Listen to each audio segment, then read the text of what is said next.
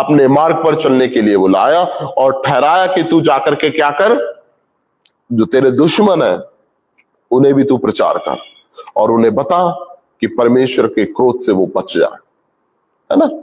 अब समझना यहां पर, अगर आप योना नबी की जगह पर है और आपको लगता है कि मैं दुश्मन के पास जाऊंगा वो मुझे नष्ट कर देंगे, मुझे मार देंगे, मुझे खत्म कर देंगे, तो आप इस बात को याद रखें।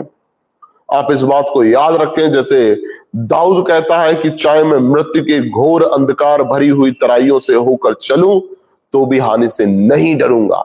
अगर आप योना नबी की जगह पर हैं तो आप भले मृत्यु की भरी हुई तराइयों से होकर भी जाएंगे ना, तो भी परमेश्वर आपको बचा सकता है। आपको क्या करना है? आपको विश्वास करना है। आपको विश्वास करना है इस बात पर कि परमेश्वर आपको बचाए।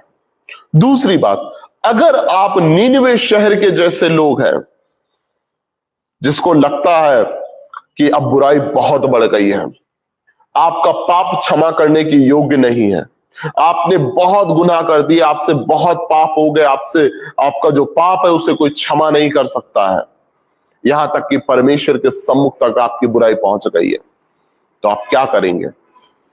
तो मेरे प्रियो, मैं आपको बता देना चाहता हूं, नीनवे शहर का पाप कितना भी क्यों ना बढ़ गया हो, उनका पाप उन्हें परमेश्वर की नजदीकी में लाने पर उन्हें रोक नहीं पाया। उनका पाप, उनका गुनाह परमेश्वर का अनुग्रह उनके जीवन में लाने के लिए उन्हें रोक नहीं पाया। उनका विश्वास सब कुछ कर गया। मेरे प्रियो, जब हम परमेश्वर के बच्चे हैं, हम परमेश्वर के बच्चे कहलाते हैं, हम मसीह लोग कहलाते हैं, अब सवाल ये आता है कि हम किस सिचुएशन में? जब योना नबी ने विश्वास किया कि परमेश्वर उसे बचाएगा, है ना, तो परमेश्वर ने उसे उस मछली के पेट से भी बचाया और उसके दुश्मनों से भी बचाया। जब नीनवे शहर के लोगों ने देखा कि वो अब नाश होने वाले हैं, उन्होंने विश्वास किया, प्रार्थना की, और क्या हुआ?